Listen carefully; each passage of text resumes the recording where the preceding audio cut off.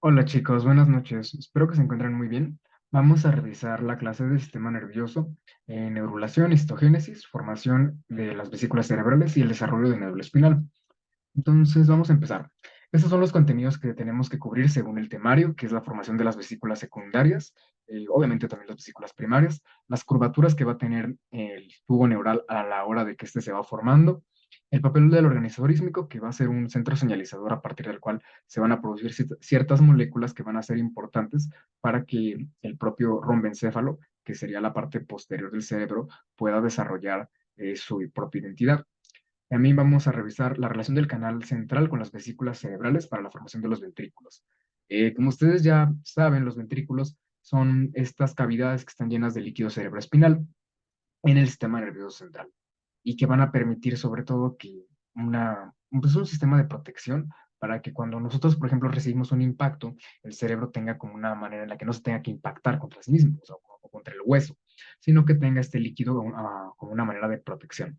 Vamos a revisar el neuroepitelio, o sea, ya sabemos que hay un tubo neural, pero ahora cómo ese tubo neural es que va adquiriendo las características que van a permitir, una, la proliferación y la segunda, la diferenciación. Entonces, para eso también vamos a tener que revisar la segmentación, que es muy relacionada con el ciclo celular. Finalmente, el ácido fólico. Todos hemos escuchado que el ácido fólico es muy importante en las embarazadas y pues, hay que saber por qué. Los linajes del neuroepitelio, importantísimo, ¿no? O sea, queremos saber, ok, ya tenemos el tubo neural, exactamente qué del sistema nervioso central voy a desarrollar a partir de este epitelio. Y la migración celular y la formación de placas y capas en el tubo neural.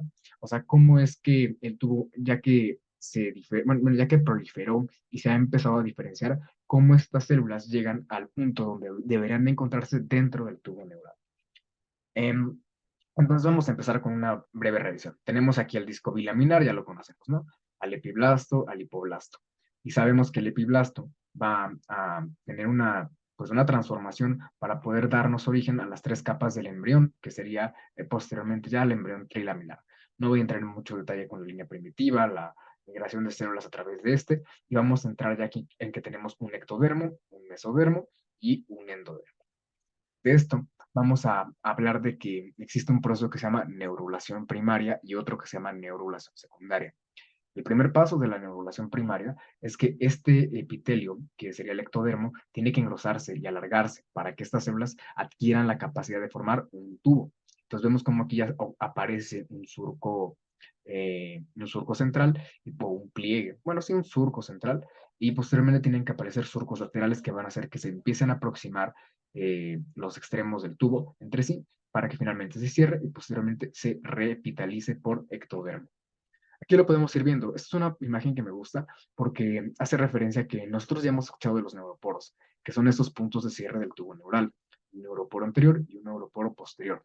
Sin embargo, ya se ha investigado que no es como algo eh, tan sencillo de decir. O sea, no es como que únicamente todo cierra la parte dorsal de la médula o del tubo neural y que posteriormente solo faltan dos puntos de cierre, sino que también hay otros puntos que no van cerrando a la par.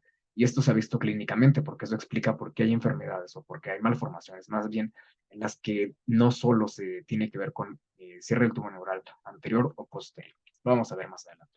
Es lo que les comentaba, voy a moverme aquí cara, por si la quieren seguir viendo. Entonces aquí pueden ver cómo queda un neuroporo rostral o anterior, y también tenemos aquí el neuroporo caudal o posterior. Esto pues les comentaba que es importante porque a partir de estos van a ser los que más llegan a fallar, por lo que las malformaciones que más vamos a ver van a ser del anterior y del posterior. Por ejemplo, del anterior podremos tener la anencefalia, encefalocele, y del posterior podemos tener los más comunes, ¿no? La espina bífida oculta. Van a ver que una muy buena parte, o sea, no me acuerdo si es una cosa como de que en 30 o hasta más de las personas tienen un defecto del cierre del tubo neural, pero son defectos en los que quizás nos falta una espina, o sea, yo les comentaba que el arco vertebral se cierra y se forma a partir del mesodermo paraxial. Entonces, algo que puede llegar a pasar es que no se forme la espina, no se forme el arco, pues el proceso espinoso del cuerpo vertebral, y eso ya sería una espina bífida oculta. Pero les digo, hay defectos, a defectos, obviamente eso muy difícilmente puede llegar a tener algo que ver con la función y uno puede tener este tipo de malformación e ir por la vida como si nada. Aquí ya vemos al tubo neural, obviamente aquí ya estamos hablando de la fase en la que ya se ha aproximado entre sí los extremos del tubo neural. Vemos cómo el ectodermo reepitelizará y vemos cómo el mesodermo paraxial queda a los lados del tubo neural. Obviamente a los lados, pero también a los lados del mesodermo axial o cordomesodermo o la notocorda como tal. Abajo vemos al endodermo y aquí vemos otro de los derivados del mesodermo que ya veremos más adelante, que son las aortas. Eso no voy a entrar en mucho detalle, nada más que lo vayan conociendo. Algo que tenemos que ir recordando en la embrio es de que, a pesar de que ahorita yo esté estudiando tubo neural o desarrollo del sistema nervioso, no únicamente está ocurriendo esto en el embrión, sino que es lo que estamos viendo ahorita, pero a la par están ocurriendo muchos procesos y es algo que tenemos que recordar. Entonces vamos a entrar a la neurulación primaria. Les comentaba que el primer paso es la transformación del ectodermo en una placa gruesa, que es de que se elongan estas células. El siguiente paso es que se configuran los contornos de la placa neural. Entonces se van a alargar las células ectodérmicas en sentido cráneo-caudal. Esto hace referencia a que vamos a ponernos aquí, entonces cráneo-caudal. Entonces cráneo-caudal y se van a ir alargando en este sentido. Entonces, como se van a ir alargando las células en sentido cráneo-caudal, va a permitir que se vaya a definir mejor la placa neural. También vamos a tener estrechamientos lateralmente, lo que va también de manera pues final o la parte más importante del segundo paso de la configuración de la placa neural es que se forma una bisagra medial. Ahora vamos a regresarnos aquí. Y aquí podemos ver la bisagra medial. También se llama bisagra medial porque es como una llave. Entonces aquí podemos ver cómo ya aparece la bisagra medial. Entonces, eso es algo que tienen ustedes que recordar de manera muy indispensable, que la primera bisagra que vemos es la bisagra medial. Entonces, ven cómo aquí también se puede ir viendo un estrechamiento lateralmente, que era lo que les comentaba y lo que va a permitir que justo aquí en el centro se forme el pliegue o la bisagra medial. Posteriormente vamos a plegarnos lateralmente. ¿Por qué necesito plegar lateralmente? Si yo pliego esta región del tubo neural, se van a aproximar más entre sí, lo que por ejemplo aquí vemos en este color verde que serían las crestas neurales. Una cresta es un relieve. Entonces podemos ver aquí ya la bisagra media y podemos ver aquí cómo se van aproximando y aquí ya aparece la bisagra lateral. Y al aparecer la bisagra lateral, las crestas neurales también se empiezan a aproximar más entre sí. Y, perdón, algo importante de esto es que aparece una proteína que se llama shroom, como tipo, como hongo, ¿no? Que van a estrecharse las células en como un vértice. ¿Qué significa eso? De que las células sean como tipo un cilindro, como, no sé, como un teléfono. La célula pasa a agarrar una conformación como una pirámide, como un triángulo. Y eso va a permitir que se acorte en un sentido más superior y por tanto se empiece a aproximar entre sí el tubo. Y es por la proteína shroom. Ahora, otra cosa importante es que van a aparecer otras dos superficies apicales más laterales. ¿Qué significa eso? O sea, la posición de las superficies laterales, perdón, es que se van a aproximar entre sí y posteriormente entonces la cresta neural queda atrapada entre el ectodermo que va a repitelizar y el tubo neural que ya tenemos. Entonces aquí podemos ver la neurulación primaria a manera de cortes. Este sería el neuroporo anterior y no es como tal que lo estamos viendo en una forma de contemporalidad, sino que como yo les comentaba, que no es un proceso simultáneo en el que todo el tubo neural cierra de golpe. Si nosotros estudiáramos primero esta parte, que sería la B y luego la C y luego la D, podríamos entender cómo la E, que sería este punto, empezó a cerrar en este proceso, porque sigue la misma cronología. Y aquí lo podemos ir viendo. Aquí en este punto, pues ya de hecho hasta se ve una bisagra lateral, porque podemos ver cómo se empieza a plegar, pero aquí de este lado no está plegada lateralmente. Entonces, si yo cortara esta imagen y nada más viera esta parte, yo pensaría en que estaríamos en la que únicamente se ha formado la bisagra medial por estas proteínas que llamamos SRUM. Y aquí podríamos ver las bisagras laterales que ya empiezan a aproximar aún más. Aquí se ve súper padre cómo las crestas se empiezan a aproximar entre sí. Ya se aproximaron y finalmente se vuelve a reptilizar de ectodermo. Esto es importante porque hay defectos del cierre del tubo neural, como los que les comentaba, como puede ser la espina bífida abierta. La espina bífida abierta, a diferencia de la espina bífida oculta, el contenido del canal medular queda expuesto. Aquí podemos verlo y esto es una malformación muy grave. Eh, Existen conceptos de malformaciones menores y malformaciones mayores. ¿Cuál es la diferencia? O sea, yo por qué le digo una menor y por qué otra le digo mayor? Porque a mí me parece, no. Una malformación mayor es aquella que compromete o la función o la vida. En este caso, se comprometen ambas, no solo la función. Obviamente la función aquí, vete a saber si aquí van a funcionar los nervios, muy probablemente no. Pero el problema que también puede haber es que al estar abierto el canal medular es propenso a infecciones. Entonces, esta malformación compromete la vida y la función. Una malformación que únicamente podría comprometer, bueno, que no compromete ni la vida ni la función y simplemente es estética, por ejemplo, puede ser cuando veíamos la trisomía 21 al pliegue transverso. En vez de que yo tenga aquí dos pliegues, nada más tengo uno, y eso es una malformación menor, porque pues no compromete ni la función de la mano, ni mucho menos la vida. La neurulación secundaria. Aquí nosotros ya teníamos un tubo que va a llegar hasta la región más o menos torácica, lumbar, pero me va a faltar todavía un poco más de tubo. Entonces, como me falta tubo, ¿yo qué tengo que hacer? Hay unas células mesenquimatosas. Aquí hay una cosa importante. Bueno, no es muy importante porque ningún libro lo menciona, pero a mí me da curiosidad. Habla el libro de células mesenquimatosas, pero el mesenquima puede ser tanto cresta neural como mesodermo. Entonces, eso sí no sé cuál sea porque no lo menciona la bibliografía, pero pues nada más, pues si lo quieren igual pensar. El punto es de que van a haber células mesenquimatodas que se van a condensar. Vamos a pasar esta imagen. Bueno, vamos a pasar esta imagen. Se empiezan a condensar aquí células mesenquimatosas. Y las células mesenquimatosas posteriormente se van a cavitar. Es decir, de que fueran así una condensación, una masa. Esta masa forma un agujero entre sí. Más que un agujero, pues va a formar un espacio. Y este espacio posteriormente se va a conectar con el resto del tubo. Y eso va a permitir que entonces nuestro tubo neural se vaya a elongar. Es como si fuera una ampliación del tubo neural. Y estas células, entonces, como les comentaba, se forman mediante la cavitación. Hay defectos también relacionados con la neurulación secundaria, o sea, de que no se expanda correctamente. Y aquí, por ejemplo, podemos ver cómo hay un dirrafismo espinal que estaría en una región mucho más inferior porque pues tiene que ver con la neurulación secundaria. Aquí habla de que también hay un lipoma. O sea, el lipoma es un tumor, oma significa tumor, y lipoma significa que es un tumor de tejido adiposo. No es que esté particularmente, pues, directamente relacionado con sí, el proceso de la neurulación, pero aquí también está acompañado de un lipoma, para que nada más el que se refiere con esas palabras. Entonces aquí podemos recapitular, tenemos la bisagra medial, bisagras laterales, aproximación, y posteriormente mis crestas neurales quedan atrapadas entre el ectodermo y el tubo, que sería la neurulación primaria, que ocurre entre los días 22, 26 de la gestación. Y aquí la neurulación secundaria, que ocurre entre, según la bibliografía, hasta entre el día 20 al día 40. Lo que tienen que recordar es que obviamente la neurulación secundaria requiere que ya haya ocurrido la neurulación primaria. Vamos a pasar a la siguiente imagen.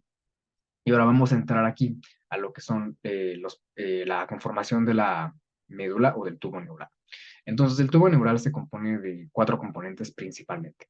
Una placa basal, una placa del piso, una placa alar y una placa del techo. Aquí lo podemos ver igual en este corte que tenemos aquí a partir de las... Ay, no sé por qué se cambia la de Apo. En este corte que tenemos aquí, a partir de el... Ah, ese por qué se cambia. Dejen, aquí le muevo un poquito. Entonces, aquí nada más déjenlo. Es que como esta lo he utilizado para otra cosa, para un pecha pucha. Ahí está, perdón. No, aquí está. Oh, bueno, ahí está. Ya, era eso. Es que se me cambiaba sola por esa razón. Disculpen por eso. Entonces, la conformación del tubo neural entonces está relacionada con una placa basal, una placa del piso, una placa alar y una placa del techo. Vamos a primero ver la placa del piso. ¿Qué son la placa del piso y la placa del techo? Van a ser como repetidores. Un repetidor es algo que va a ampliar una señal. Por ejemplo, aquí teníamos a la notocorda. Y la notocorda, lo que nosotros sabemos de ley que produce es el Sonic Hedgehog. Entonces, el repetidor va a ser aquí la placa del piso. ¿Y qué va a estar produciendo si es un repetidor de la notocorda? Sonic Hedgehog. Entonces, aquí es importante esto porque la identidad de la placa basal depende de la señalización molecular de la placa del piso. Entonces, de la misma manera, la identidad del placa alar depende de la señalización de la placa del techo. A diferencia de la placa del piso, la placa del techo va a estar produciendo la proteína morfogénica ósea, así como WNT. Esto es importante porque a partir de la proteína morfogénica ósea se va a mantener la expresión de PAX3 y PAX7, que son factores de transcripción. Y a partir de Sonic Hedgehog se mantiene la expresión de PAX6. Entonces, a partir de PAX6 yo voy a tener motoneuronas. Si me preguntaran en este corte qué factor de transcripción tiene que expresar en estas células posteriormente, va a ser PAX6. O sea, pero se los pongo para que lo podamos ir relacionando. Esto es más de lo mismo que ya habíamos revisado. Nosotros ya conocíamos que lo primero que yo tengo que hacer una vez que tengo mi ectodermo es inhibir a la proteína morfogénica ósea. La proteína morfogénica ósea 4 me va a evitar que el ectodermo, porque el ectodermo ya sabemos que puede tener distintos derivados. Tenemos piel, tenemos parte de los dientes, tenemos la córnea, tenemos muchos derivados a perder el ectodermo, pero yo no quiero que, por ejemplo, justo en la línea media se produzca córnea, se produzca piel. Posteriormente se va a revitalizar y vamos a tener piel. Más en específico, obviamente, la epidermis. Y entonces, para que esto no pase, tenemos a la proteína morfogénica ósea que está diciendo no te conviertas en tejido nervioso. Pero cuando yo sí quiero que se convierta en tejido nervioso, ¿qué voy a hacer? Pues voy a producir noyincoordina y folistatina que van a evitar que la proteína morfogénica ósea esté y por tanto el ectodermo se convierte a neuroectodermo. La regionalización posteriormente en un sentido rostro-caudal, es decir, de la cabeza a la cola, va a depender tanto de señales como el ácido retinoico como el factor de crecimiento de fibroblastos. Lo vamos a ver más adelante en otras clases, por lo que no voy a hacer mucho hincapié en esto, pero pues si lo quieren revisar, es algo que pues vale la pena. Eso es más de lo que ya hemos igual comentado. Tenemos como la notocorda produce Sonic Hedgehog, como la placa del piso va a repetir esta señal, como la placa del techo va a producir la proteína morfogénica ósea. Y también tenemos aquí como las propias somitas van a producir ácido retinoico. Esto recuerden, lo vamos a verlo más adelante en la médula espinal, de cómo las somitas que posteriormente van a ser, bueno, que es el mesodermo paraxial y que van a formar a los cuerpos vertebrales, hay una gran interacción para que se forme adecuadamente la médula espinal. Entonces, esto de hecho es muy importante que lo vamos a recordar. Entonces, esto, atentos, ¿no? Aquí teníamos a la proteína morfogénica ósea, la tenemos aquí en la región del cerebro anterior, cerebro medio y cerebro posterior, así como la médula espinal. Entonces, pregunta, Miguel, oye, ¿vamos a tener el mismo inhibidor a todo nivel? Pues nos menciona la bibliografía que a nivel del cerebro anterior sí es justo, no hay incortina y folistatina, pero al resto de la formación del tubo neural es por el factor de crecimiento de fibroblastos y el ácido retinólico. De esto, nosotros ya hemos visto en anatomía que tenemos nervios craneales, que vamos a repetirlos para ir haciendo un poco de memoria. El uno, el olfatorio; el 2, el óptico; el 3, el oculomotor, que permite movimientos de la mayor cantidad de los músculos extraoculares; el 4, el troclear, que también permite el movimiento o la inervación de un músculo extraocular, que si mal no me acuerdo es el oblicuo inferior, o si no es el superior, ahí sí se las debo. El siguiente es el trigemino, que permite inervación de músculos de la masticación. El siguiente es el abducens, que es la inervación del recto lateral. El séptimo es el facial, que los músculos de la expresión facial. Bueno, el octavo es el vestíbulo oculaar, que permite la audición, así como el sentido del equilibrio. El noveno es el glosofaringio, el décimo el vago, el onceavo el accesorio y el decimosegundo es el hipogloso. No voy a entrar mucho ya en detalle de qué hace cada uno porque me va a tardar mucho.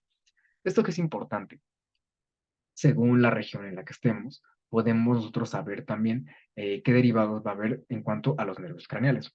Por ejemplo, aquí tenemos al prosencéfalo. ¿Qué nervios van a derivar de este? Dos.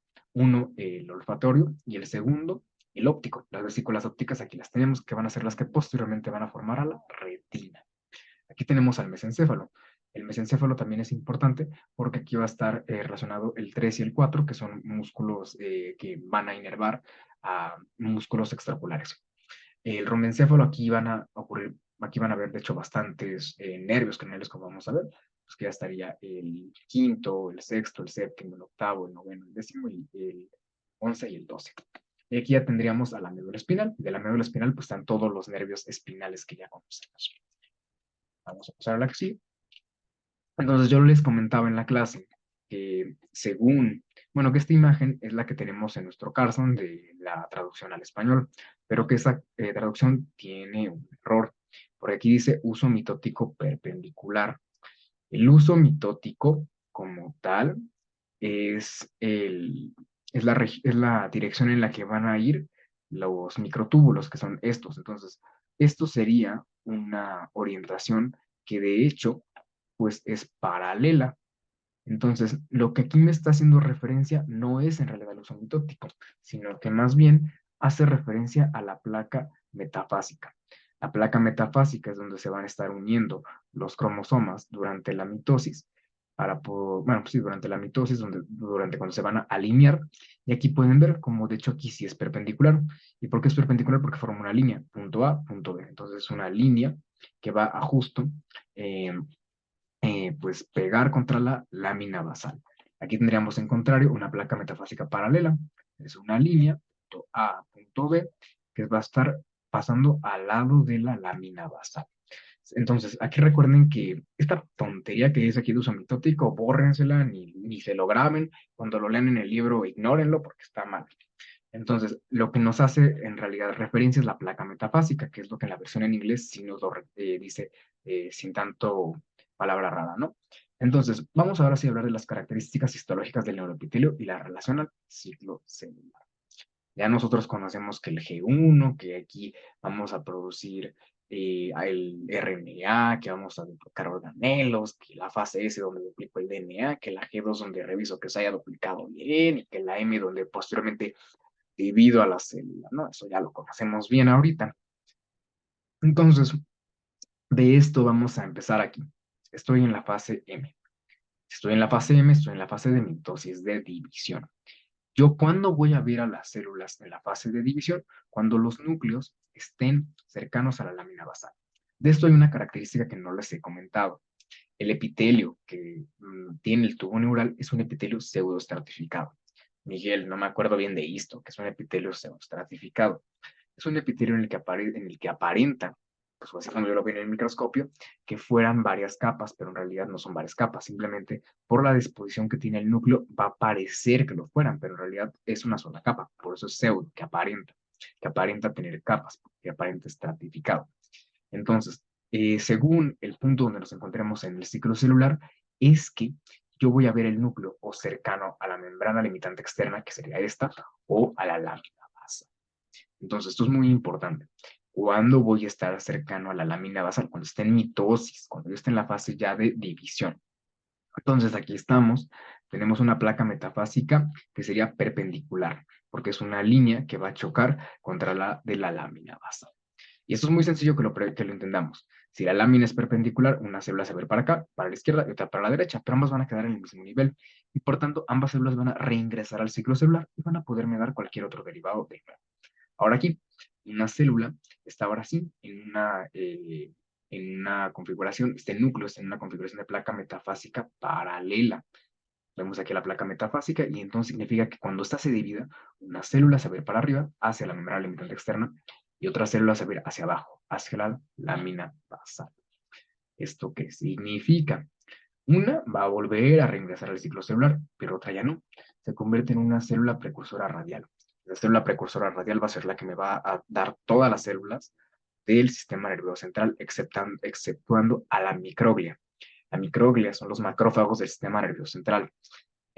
Los macrófagos, según el lugar donde se organizan, donde se encuentren, van a tener un nombre. Por ejemplo, los macrófagos del hígado se llaman células de Kupffer. Esto nada más, pues ahí se los había recalcado, que cuando estábamos, bueno, cuando vamos a estar si les pusieran una imagen de un tubo neural y las señalaran las células que están cercanas a la parte más de afuera, que sería la membrana limitante externa, bueno, lo que sería el núcleo de estas, y les preguntaran en qué fase del ciclo celular se encuentran o qué está haciendo aquí la célula, duplicando el material genético, porque es la fase S. Si se las pusieran cercano a la luz, entonces, ¿qué estaríamos haciendo? Estaríamos duplicando a la célula. Estaríamos en la fase de división. Y aquí, pues, por ejemplo, lo podemos ver a manera de un ejercicio. Entonces, estas que van a estar cercanas a la luz van a estar en la fase de M, la fase de división.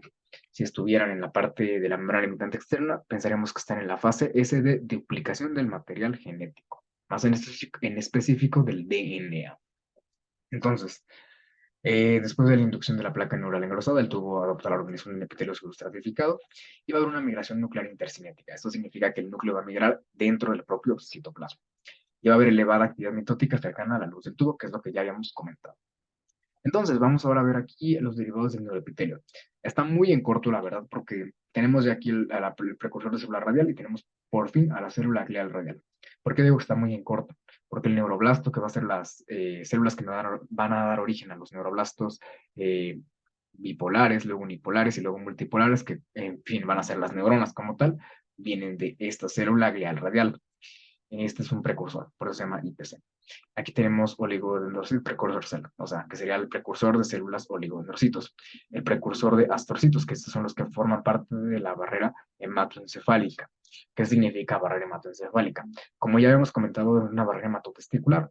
La barrera hematoencefálica aquí lo que va a hacer es que va a ser como un punto policía que va a estar entre la sangre y entre las células del encéfalo. Es lo que le va a decir, aquí no pases, porque imagínense que de repente tuviéramos una infección, una cosa más complicada, tenemos que evitar a toda costa que llegue al encéfalo, que es lo más importante que tenemos. O sea, yo preferiría tener enfermedades de cualquier otra cosa antes que de la cabeza. O sea, y eso pues es muy fácil de entender. Podemos inclusive tener células madre adultas que se pueden encontrar, por ejemplo, estas se encuentran en el epitelio nasal. Esa es la razón por la que cuando nos llegamos a llegar a pues, echar nuestro epitelio nasal, por ejemplo, con el COVID, en el que estas células morían, podemos posteriormente recuperar el olfato, porque las células del epitelio nasal sí pueden proliferar, que son neuronas. Pero bueno, eso es un punto aparte. Y también las células ependimarias. Las células ependimarias van a ser estas células que van a formar parte del canal medular, donde va a estar el líquido cefalorraquídeo, o cerebroespinal, como le quieran llamar. Entonces, algo importante aquí que no les he comentado es lo que es la glía. Supongo que ya lo vieron en Histo. La glía es a grosso modo las células de sostén. Digo a grosso modo porque en realidad se han encontrado muchas funciones que tiene la glía. No solo es que nada más están ahí como haciendo espacio. Pero ahorita para lo que estamos viendo y estamos en primer año, vale la pena que lo recordemos como que la glía son células de sostén. Con eso ahorita estamos bien. Entonces, yo les comentaba que los neuroblastos van a tener primero dos prolongaciones. Entonces, una prolongación hacia arriba y otra prolongación hacia abajo, dándonos neuroblastos bipolares. El inmediato derivado del neuroblasto bipolar va a ser un neuroblasto unipolar. Una de las prolongaciones se va a retraer y entonces me queda una única prolongación. Entonces teníamos, vamos a hacer, tenemos así un neuroblasto bipolar. Se retrae y me queda unipolar. Y posteriormente empiezan a salir prolongaciones y me queda ya ahora sí un neuroblasto multipolar, como aquí ya nos muestra la diapositiva. La falta de estímulo como la neuroregulina va a evitar la diferenciación en neuroblastos. Entonces, la neuroregulina va a ser este mensajito que me está diciendo, hazte neuroblasto, hazte neuroblasto. Si yo ya no tengo esta palmadita aquí, yo no me voy a hacer neuroblasto. Entonces, me voy a hacer glía, me voy a hacer una célula de sostén. Y las células de la microglia, que era lo que les comentaba, que son los macrófagos del sistema nervioso, van a provenir de precursores mieloides, es decir, de células que se encuentran en la médula ósea. Y esto es importante porque únicamente van a poder penetrar el sistema nervioso hasta que aparezcan vasos sanguíneos, que van a ser las carreteras de todo nuestro cuerpo. Y pues ya comentábamos que tienen funciones de tipo inmunológico. Aquí recuerden a la microglia. Y ahora sí, la migración celular y la formación. Ok, vale. Bueno, Miguel, yo pues sí me puse a estudiar y he estado leyendo ahí en el SNEL, en el MUR, y pues he visto yo los cortes de médula, y pues he visto que tenemos sustancia gris y sustancia blanca a nivel de la médula espinal. ¿Cómo es que pues, se va a organizar esto? ¿Cómo es que no me queda la sustancia gris por fuera? ¿Cómo es que no me queda justo aquí nada más? Para eso vamos a tener que nosotros conocíamos unas células que se llaman las células gliales radiales. Estas células que eran el primer precursor, la mamá de todos, también va a ser un sostén, es decir, va a formar líneas alrededor de todo el tubo. ¿Ven? Aquí cómo forma estas líneas, ¿no? Y va a ser también como una especie de carretera. Y a partir de esas carreteras, las células, las neuronas, los neuroblastos como tal, van a empezar a migrar, como si fuera una especie de araña, como más que una araña, como un gusano que se tiene que ir moviendo, y va a utilizar como la ramita al proceso de las células gliales radiales. Y tienen que migrar, porque originalmente nosotros veíamos que la mitosis ocurría cercano a la luz. Entonces yo tengo que llegar hacia la región, pues más como tipo, pues cortical o la región intermedia, ¿no? Entonces aquí tenemos como teníamos a la zona ventricular, a la zona subventricular, y posiblemente aquí tenemos a una zona intermedia. Pero sobre todo tenemos que llegar aquí a la zona cortical y a la zona que está aquí, ¿no?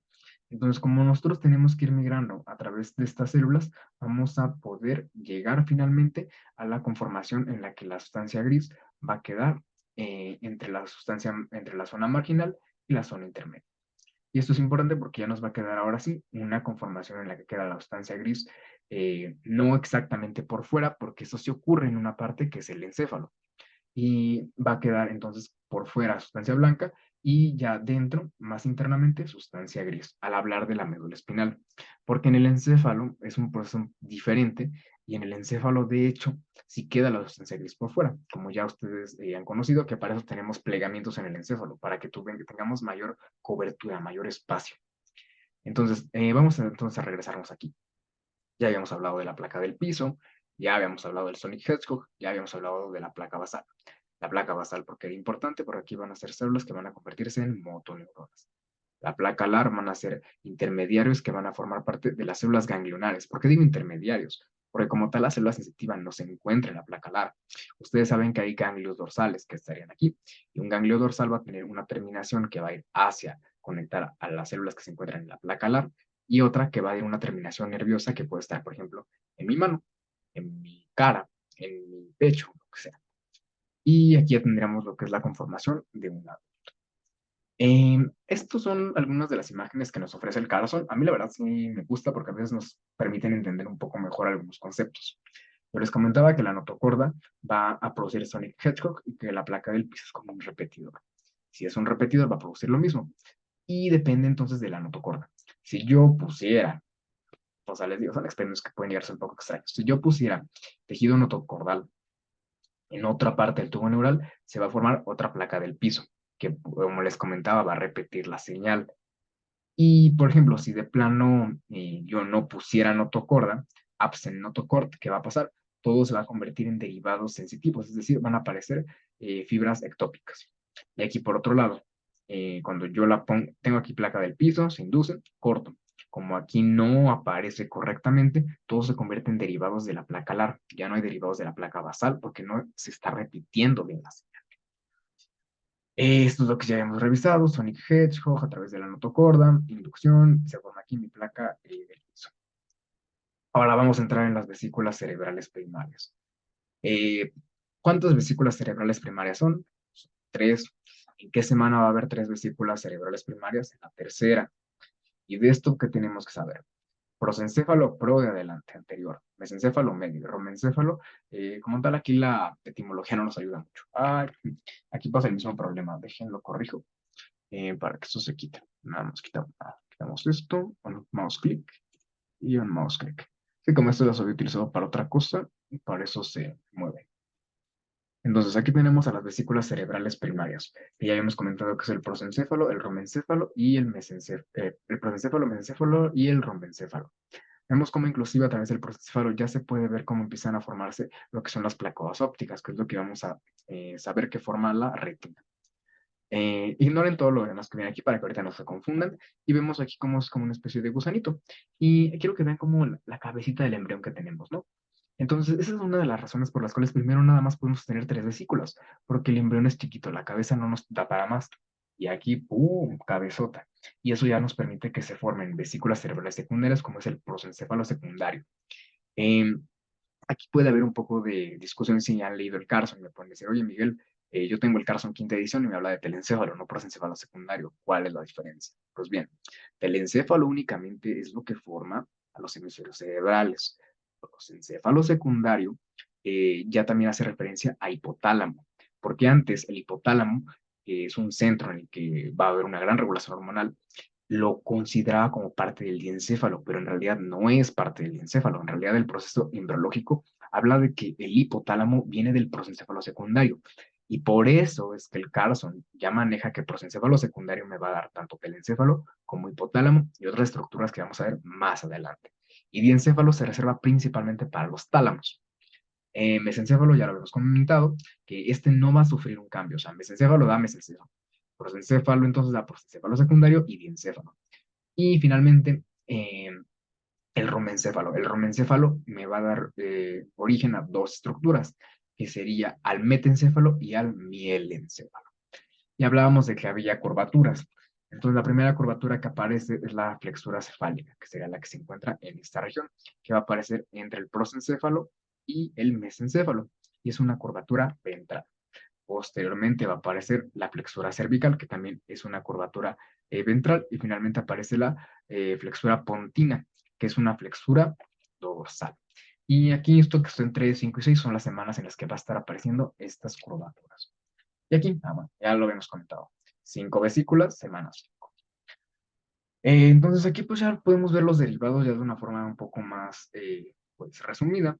Prosencéfalo me va a dar prosencéfalo secundario y encéfalo. Mesencéfalo, mesencéfalo, cerebro medio. Y romencéfalo, que sería el cerebro posterior, me va a dar al metencéfalo, y el metencéfalo me va a dar origen a dos estructuras, al puente y al cerebelo, y el mielencéfalo únicamente me va a dar origen a la médula oblongada.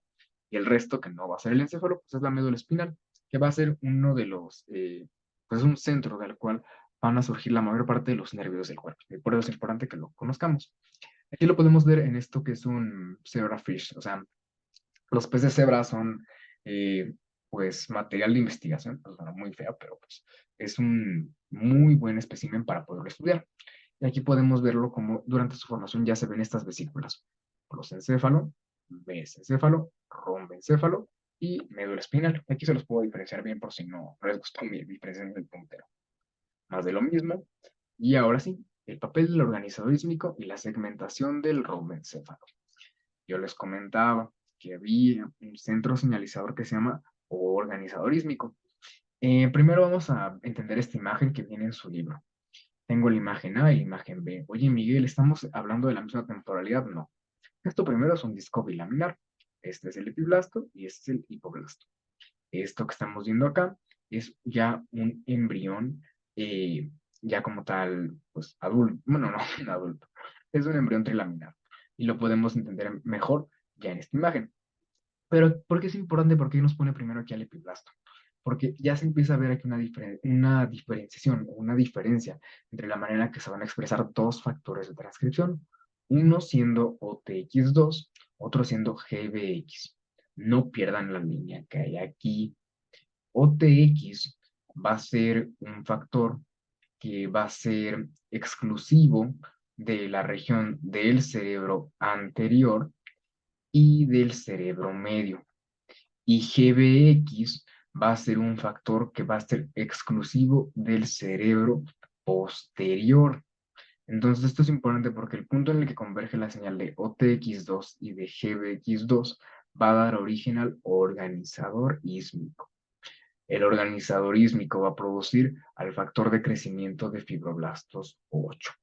Eso es muy importante que lo vayamos considerando porque vamos a tener, nosotros ya conocemos que existe algo que se llaman genes Hox, pero también existe algo que se llaman proteínas Hox. Los genes es algo que yo no puedo cambiar. Yo voy a tener los mismos genes en las células de mis ojos, en las células de mis labios, en las células de mi mano, en las células de cualquier parte del cuerpo que ustedes quieran. Yo no puedo cambiar eso. Lo que puedo cambiar es que esos genes no se estén transcribiendo. Entonces, yo no voy a transcribir genes Hox aquí y por tanto no voy a tener proteínas Hox en rombomera 1 porque está el factor de crecimiento de fibroblastos 8, que viene de dónde? Del organizador ísmico. Entonces, como viene aquí del organizador ísmico, eso es algo crucial porque significa que únicamente en la rombomera 1 yo no voy a expresar las proteínas Hox. Y eso es importante porque vamos a ver que a partir de la rombomera 1 se va a formar una estructura muy importante que se llama cerebelo. Existen otros centros señalizadores que es la zona limitans, que ya veremos más adelante en la formación del diencéfalo. Vamos a pasar a la siguiente diapo. Aquí lo recordaba. La expresión de TX2 y GBX2 depende del endodermo y la placa precordial y la notocorda. Y bueno, vamos a pasar a lo que sigue. Entonces, ahora vamos a hablar de la médula espinal. La médula espinal va a ser todo el tubo neural que va a ser caudal, o sea, la parte más extrema, y hasta el cuarto par de somitas. Las somitas de donde venían del mesodermo paraxial. Es importante que recordemos que las somitas van a extenderse dorsalmente y formar un arco, el arco vertebral, y van a envolver a la médula. ¿Por qué yo quiero envolver a la médula? Pues es sencillo, quiero protegerla. La médula es súper importante. Nosotros hemos visto en las películas que cuando a alguien le pegan aquí justo esta región, llega a quedar cuadrapléjico. Esa es la razón.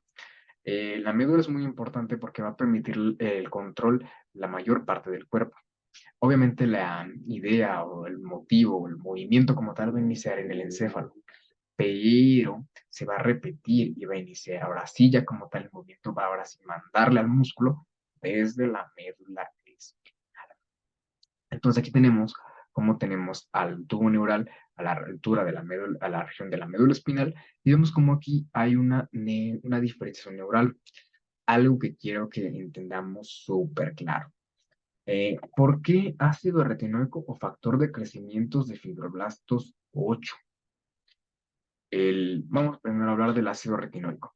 El ácido retinoico estimula la diferenciación neuronal, mientras que el factor de crecimiento de fibroblastos 8 va a estimular la proliferación.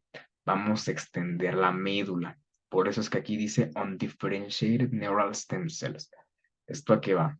Yo no puedo tener una célula que está creciendo en cuanto a funciones a la vez que también está multiplicándose. Es una u otra.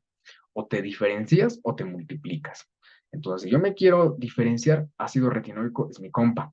Si yo me quiero multiplicar, entonces, ¿qué voy a utilizar? Factor de crecimiento de fibroblastos 8. Ahora, ¿qué hay aquí que está muy padre de entender? Las somitas se van a ir diferenciando o van a ir apareciendo en un sentido rostrocaudal. Y por ello es que van a permitirme diferenciar neuronalmente a la par que va apareciendo el resto de la médula espinal y se va y se va a diferenciando el mesodermo en un mesodermo de ser presomítico o un mesodermo somítico. Vamos a pasar a la que sigue. Esto pues nada más es cómo se organiza la médula espinal. Ya habíamos hablado de que primero teníamos un tubo neural, una placa del techo, una placa del piso, y cómo había una placa alar y una placa basal, o placa dorsal y placa ventral. Me va a dar derivados sensitivos, derivados de tipo motores. Aquí podemos ver cómo aparecen las neuronas sensitivas y se conectan directamente aquí con la placa alar, que era lo que ya les había comentado. Ahorita no le vamos a hacer mucho caso a toda esta parte de la diferenciación. Vamos a pasar a la imagen que sigue. Entonces, a la octava semana vemos que la médula está prácticamente al nivel del coxis, pero posteriormente el embrión va creciendo. Si el embrión va creciendo, o ahora sí ya el feto, porque estamos en semana 11, va a jalar a la médula y me va a quedar este extremo que se llama filum terminale. Entonces, esto es muy importante porque quiero que vean la siguiente imagen. Esta imagen, ignórenla, ya no me acuerdo ni por qué la había puesto. Y aquí lo que quiero que sí se queden es que yo en un humano voy a hacer una punción lumbar a la altura de L3, L4. En un eh, sin embargo, en un recién nacido, la médula, al todavía no ser al todavía no volverse a jalar más, porque todavía se va a jalar más al momento en el que nos vamos desarrollando, si yo hago la punción entre L3 y L4, en vez de picar un área en la que se supone que debería haber nada, filum terminale, voy a picar un área en la que todavía va a haber, pues como pueden ver aquí, vamos a ubicarnos L3, L4, y como pueden ver, si yo pico aquí, pico en la médula, cosa que no debería de hacer. Entonces, eso recuérdenlo. Todavía en el periodo en el que el bebé es un recién nacido, la médula no se encuentra en la posición terminal, en la posición final. Y por tanto, si yo pico en la altura en la que yo picaría a un adulto, podría pues causar un gran dolor, un gran problema, hasta dejarlo parapléjico. Em, Esto era lo que ya hemos comentado, de cómo iba a ir plegándose. Aquí tenemos el surco medial, sí, el surco medial o pliegue medial, a los laterales, cómo se van aproximando entre sí, cómo queda atrapada la cresta neural que posteriormente va a formar a los ganglios. Entonces, ahora sí vamos a pasar a los puntos de cierre del tubo neural. Clásicamente hablábamos de que teníamos como más importantes al neuroporo anterior y al neuroporo posterior. Pero también yo les comentaba, no son los únicos que hay. Hay otras teorías en las que ya nos comentaba cómo hay 5 neuroporos. Hay otras que simplemente se cierran a solo hay 3 neuroporos.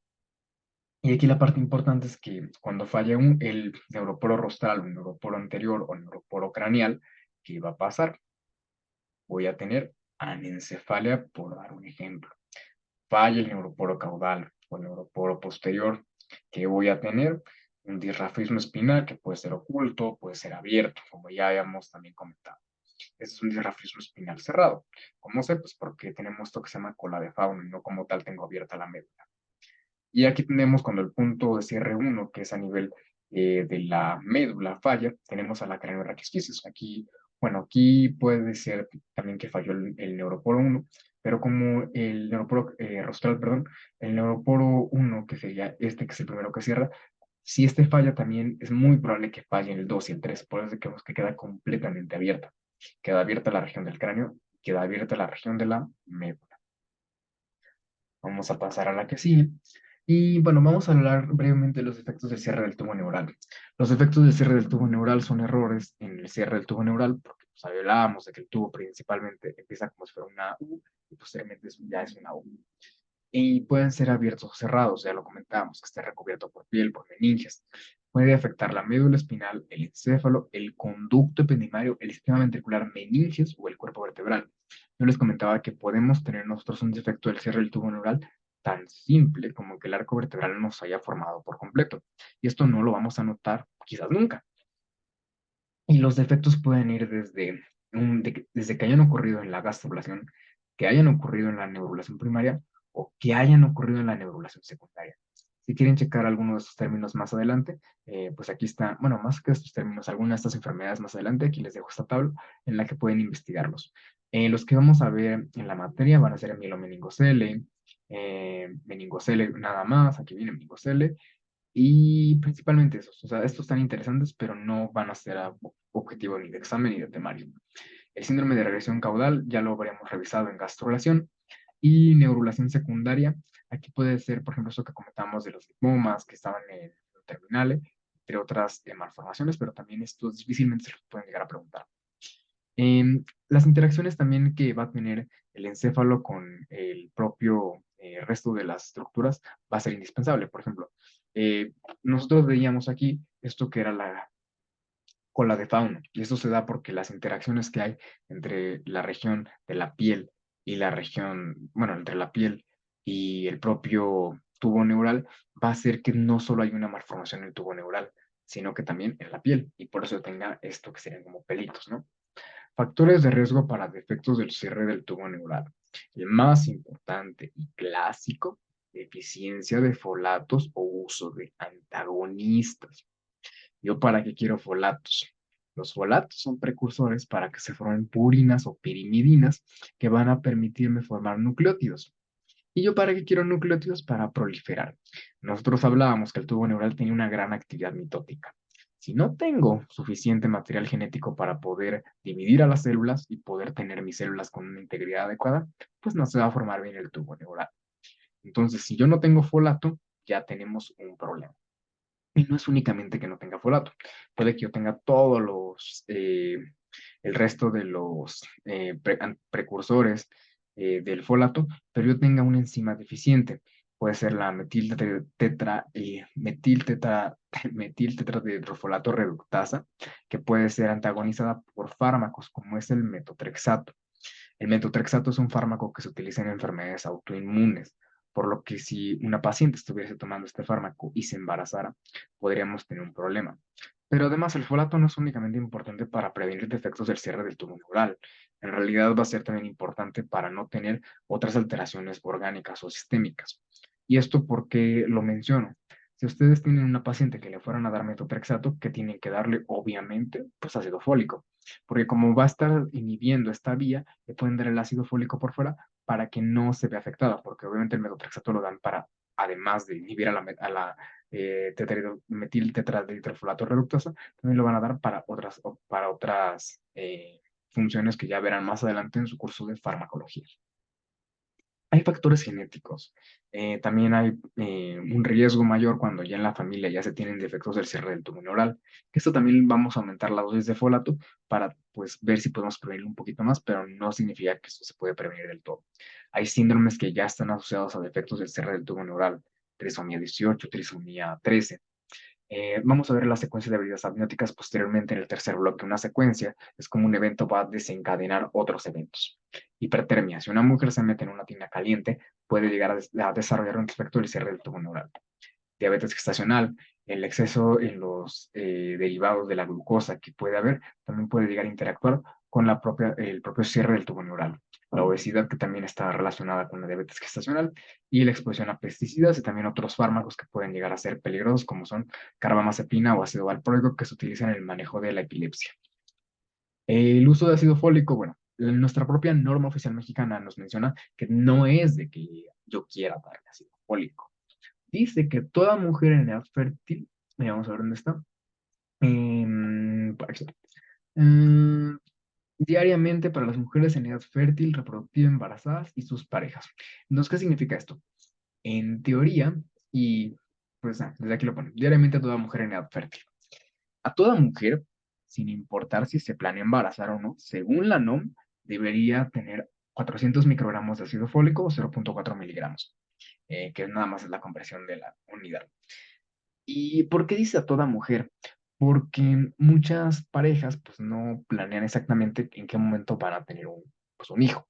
Y por esa razón es de que en teoría toda mujer en edad fértil se debería dar ácido fólico. Porque siendo pues más puristas, pues lo ideal serían 3 meses antes del embarazo. El problema es que a veces pues las parejas se van a dar cuenta de que ya están esperando a un bebé cuando ya llevan un mes de embarazo. Entonces, pues no podemos echar para atrás el tiempo. Y por eso es que la NOM nos menciona que tiene que ser en toda mujer en edad fértil. Pero les digo, siendo más puristas, 3 meses antes, si la pareja sí lo tiene como más contemplado, pues está perfecto. 4 miligramos, el doble, 10 veces la dosis de ácido fólico, es cuando ya tenemos historia familiar o estamos en un lugar donde hay una mayor incidencia de estos defectos. Y también, inclusive, la NOM nos menciona que a las parejas también se les tiene que dar cuando también hay antecedentes de defectos del cierre del tubo neural.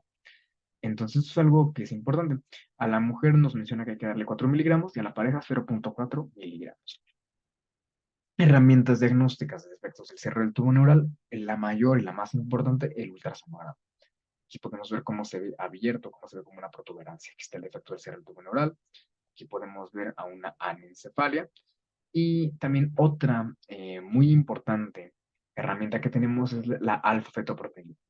La alfa-fetoproteína se va a elevar sobre todo en la semana 16 y 18 cuando hay un defecto del cierre del tubo neural. Las meninges van a ser estas capas que van a recubrir al tubo neural y posteriormente al sistema nervioso central. Y vamos a tener a tres. La dura madre, que va a ser esta capa más dura, que va a tener dos componentes, un componente de endostio y otro componente que ya va a ser el que está como tal de la meninge, la aracnoides y la pia madre. Las meninges se dividen en leptomeninge y paquimeninge. Lepto es duro, paqui es delgado. Entonces, la dura madre va a ser esta pues, capa que tenemos aquí. Y la aracnoides va a ser esta que va a estar formando como trabéculas. Y la pia madre va a ser la que está como tal íntimamente relacionada con el sistema nervioso. El libro, el libro Carlson, nos menciona que la dura madre viene de mesodermo y la pia madre y la aracnoides viene de cresta neural. En realidad, esto no es tan así. Esto es la diapositiva que se tienen que quedar a nivel de exámenes, a nivel de departamentales, a nivel de lo que ustedes quieran ahorita. Lo que sí es en realidad es, bueno, aquí nada más les pongo que lo recuerden, ¿no? Yo les preguntaba, no, pues, ¿cuál es la página? ¿Qué significa esto? ¿Qué es un hipopótamo?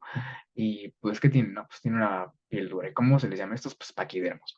Y entonces la paquimeninge, pues, dura mucho. Así como que lo recordaron, estos son unas plantas que se llaman, no sé qué, leptodermos o algo así. Y, pues, son delgadas y es la pia madre y la aracnoides como la nemotecnia. La manera en la que se forman las meninges es que, pues les comentaba que tenemos la dura madre, que es la paquimeninge, y que viene de un componente endósteo y un componente que como tal es el componente meningio. Y la leptomeninge, que serían estas más delgadas, sería la aracnoide, que forma como esta trabécula, que sería como una telaraña. Y posteriormente, bueno, y en esta va a estar el espacio subaracnoide, donde va a haber líquido cerebroespinal, y a la que está íntimamente relacionada con el encéfalo sería la pia madre, bueno, el encéfalo o el tubo neural. Pero primero vamos a tener una meninge primaria, que va a tener una capa externa y una capa interna. Y va a haber también aquí vasos sanguíneos. Algo que tienen que recordar es que siempre que piensen en mesénquima, en mesodermo, es que forma vasos sanguíneos. Y por eso también aquí tenemos estos vasos sanguíneos que se empiezan a formar. Aquí tenemos un ectodermo superficial y aquí tenemos el encéfalo. Vemos aquí como tenemos una capa externa y una capa interna, como les comentaba. Células mesenquimatodas rodean al cerebro posterior durante el cierre de los neuroporos y continúan de esparcirse anteriormente. Entonces, desde a la altura del romboencéfalo se van a ir hacia la región craneal. Y vemos cómo se establece una vaina mesenquimatosa, que sería esta, sobre el cerebro durante la quinta semana de la gestación. Y a su vez se va desarrollando un plexo vascular perineural, porque también viene del mesodermo. Entonces vemos aquí que tenemos la paquimeninge y la leptomeninge. La paquimeninge se empieza a formar a partir de fibroblastos, como aquí nos menciona. Y la leptomeninge va a ser una red celular pobremente organizada, que se ve como algo más laxo. Y aquí tenemos como en realidad el origen de las meninges depende según la localización del tubo neural donde estemos. Por ejemplo, aquí me pone como en el cerebro anterior es de cresta neural. Aquí no me importa si es la leptomeninge, si es la paquimeninge. Viene según la localización, no según si es paqui o si es lepto. Pero les comento, esto es lo que pues ya mencionan artículos más recientes. Hasta la sexta edición del Carson que he leído, la séptima ya está disponible. No le he checado si aquí ya menciona algo en cuanto a las meninges, valdría la pena que lo revisara honestamente, pero a nivel de su departamental lo que les van a preguntar es mesodermo, dura madre, cresta neural, eh, la pia madre y la aracnoides. Pero pues eso nada más se los dejo. Esas eran las interacciones que les mencionaba, que cuando falla una cosa se puede ver también afectada, como es por ejemplo, la piel, que era aquí el ejemplo de la cola de Fabo. Y finalmente vamos a ver la formación de los ventrículos cerebrales. El sistema ventricular representa un ensanchamiento del conducto central del tubo neural. Veíamos que el tubo pues tiene una luz. Y vemos como el espacio subaracnoideo va a permitir posteriormente el drenaje. Cuando nosotros llegamos a la altura del foramen magno, el tubo va a tener tres agujeros, un foramen medial, que es el foramen de Maquenda, y dos forámenes laterales, que son los forámenes de Luschka. Y a través de estos es que se va a reesparcir el líquido cerebroespinal, no únicamente dentro del sistema nervioso, sino que también rodeándolo por fuera. Les comento, les recuerdo, el líquido cerebroespinal es para protección, entonces nos conviene que no solo esté dentro, sino que también esté afuera para amortiguar. Yo no quiero que en un golpe me pegue directamente contra me pegue directamente contra mi hueso. Y un desequilibrio en la producción de líquido cefalorraquídeo cerebroespinal y su reabsorción puede ocasionar hidrocefalia. Es decir, tanto que yo tenga una gran producción de agua aquí adentro, va a hacer que obviamente se llene y se vaya a acumular, o que de plano se tape, porque se podría tapar, que los forámenes tengan un problema, que tuviera yo un tumor en la conexión que va desde pues el cuarto ventrículo hacia la médula, o en cualquiera de estos lugares donde se puede reabsorber, entonces se va a acumular arriba. Aquí, por ejemplo, podemos ver cómo tenemos ya aquí de nuevo nuestras vesículas cerebrales secundarias, y pueden ver aquí cómo está el tercer ventrículo que está entre los tálamos y el cuarto ventrículo que aquí nos pone cómo está a la altura del metencéfalo, o sea, del puente y del cerebelo. Y también parte también está a la altura de la médula oblongada, del inicio de la médula oblongada.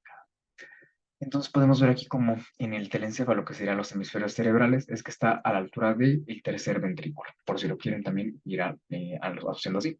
Podemos ver aquí cómo tenemos una expansión del canal medular que va a ser en un inicio hacia los lados, aquí a la altura del diencéfalo, que sería uno de los derivados del prosencéfalo. Y esto me va a dar no solo el foramen, perdón, el tercer ventrículo, sino que ahora que se expande hacia los lados me va a dar los ventrículos laterales.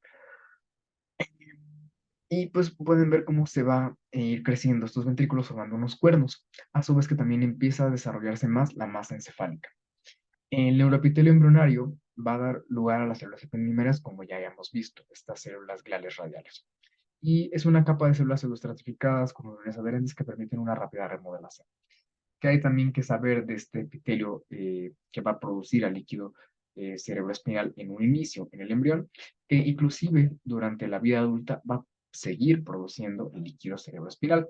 Pero principalmente, pues si les llegan a preguntar quién produce el líquido cerebroespinal, no vayan a poner células ependimarias, tienen que poner plexos coroideos. Sí es cierto que las células ependimarias, como les comento, pueden llegar a producir líquido cerebroespinal, aquí la referencia, pues si no me quieren creer, va a ser en cantidades pequeñas.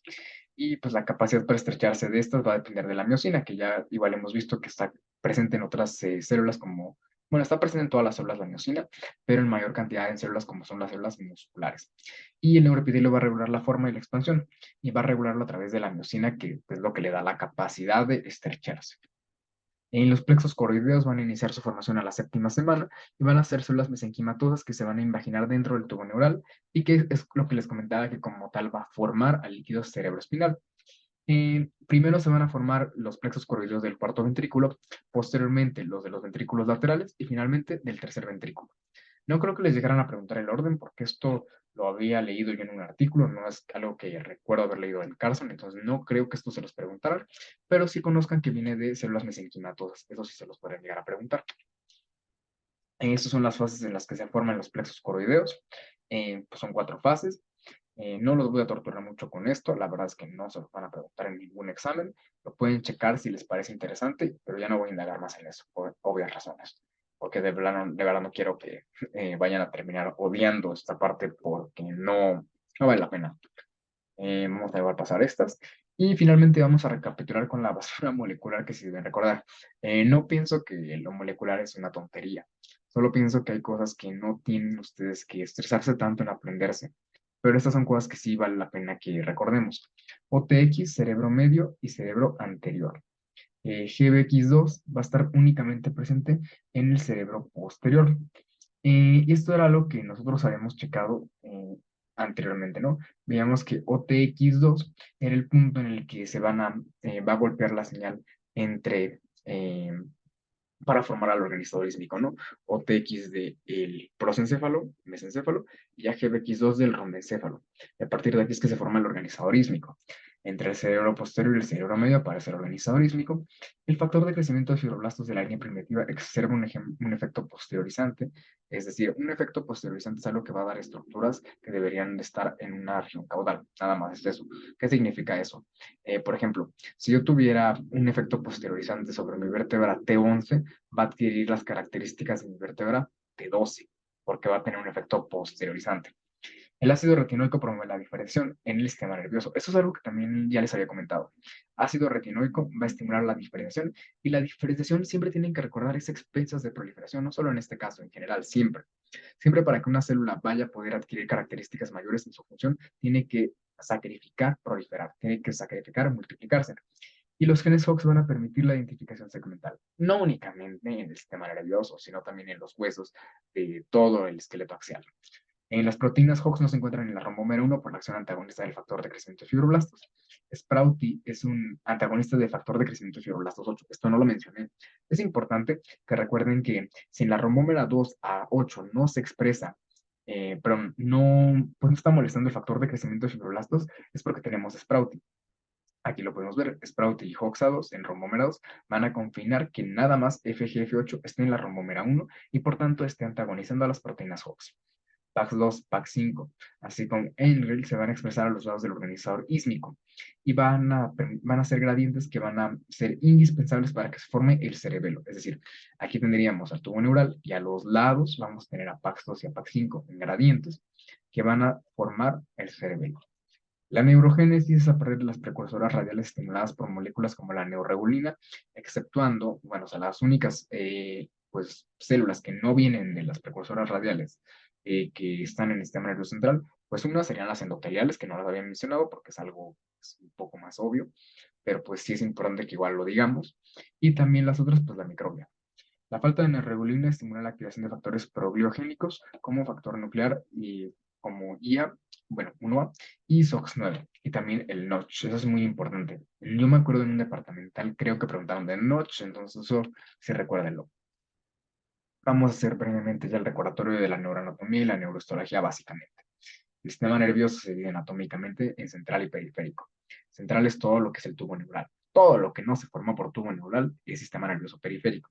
Sin embargo, por ejemplo, los ojos sí se considera periférico, aunque eso es más porque pues cuando se describió pues no se conoce la embriología. Yo, a mi parecer, es sistema nervioso central el ojo, porque es una prolongación, es una extensión del diencéfalo, pero no lo vayan a poner en un examen porque se los van a poner mal.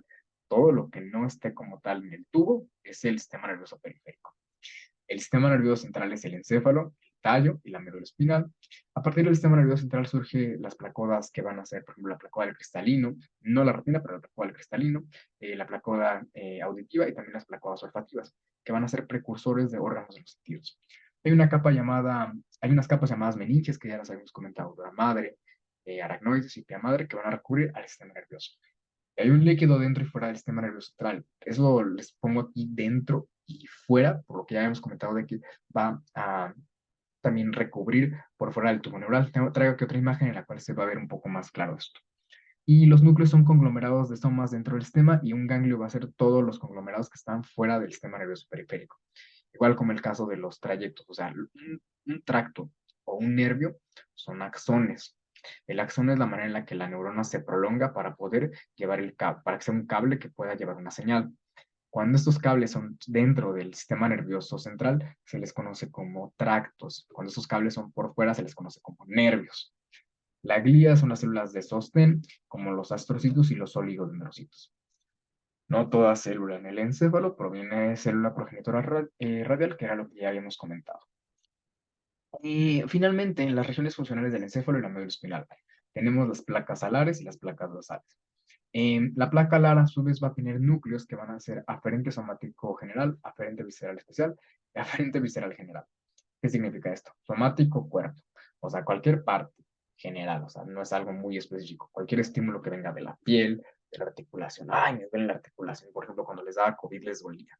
No, me duelen los músculos cuando les da influenza, ¿no? O la piel, pues sí, simplemente me pincho y pues me va a doler. Algo especial, o sea, algo que es característico, algo que no se va a encontrar en cualquier otra parte del cuerpo, como son los botones gustativos. Ah, pues sí, que el nervio, perdón, que sí, que el nervio facial, que también va a llevar parte de lo que es la degustación. Ah, sí, pues que me sabe dulce, no, pues que me sabe salado. Y la faringe, que también tiene una parte del aferente visceral especial. Y aferente visceral general es visceral, pero no es como algo muy característico, es en realidad algo que, por ejemplo, no sé si han escuchado que cuando les duele, cuando se les inflama el apéndice, no, en un inicio no se origina en la fosa ilíaca derecha, o sea, la región de acá. En un inicio puede que se origine en la región epigástrica. Y eso ocurre porque no es un dolor específico, sino que es un dolor referido, que es de todo un área en general, porque una víscera como tal no se siente. No es como que yo voy sintiendo cómo va pasando la comida por el intestino. Y tenemos también la placa basal, que es la parte motora. Eferente general, que serían las conexiones autónomas entre el asta intermedia y bueno, y las vísceras. El eferente visceral especial, que serían los músculos estriados, por ejemplo, de los arcos faringios. O sea, los arcos faringios era lo que ya hemos comentado en clase, que el arco faringio 1 está relacionado con el nervio craneal quinto, y al estar relacionado con el nervio craneal quinto, también todos los músculos que van a derivar del arco faringio 1, pues van a ser los de la masticación, que el pterigopalatino, que los maceteros, que los temporales. Em, y finalmente el somático general, músculos estriados de no derivados de arcos faringios, o sea, todos los demás. Ahora vamos a hacer una breve revisión de la médula espinal. La médula espinal va a ser la región donde van a salir la mayor parte de los nervios del cuerpo, y vamos a tener que aquí está conglomerada bueno, va a estar compuesta la médula espinal en sustancia gris y en sustancia blanca. Aquí vemos como tenemos vías ascendentes y vías descendentes. Esto es importante que lo recordemos porque va a ser según una región que se pueda dañar la característica que podemos encontrar. ¿Qué tan grueso o qué tanta parte de médula, bueno, de sustancia gris vamos a tener en un corte de médula espinal? Va a depender de la región de la médula espinal en la que me encuentre. Obviamente, si yo tengo una mayor cantidad eh, de, de de sustancia gris en una región va a tener que ver con la parte donde yo esté. Si, por ejemplo, si tuviera aquí una gran región, podría pensar en que estamos en miembros inferiores, porque es la parte que va a tener una mayor inervación. También tenemos que recordar que hay unas regiones de la sustancia gris que van a tener cuerpos o cuernos laterales, que va a ser en la región autonómica. Vamos a pasar aquí ahora a médula oblongada.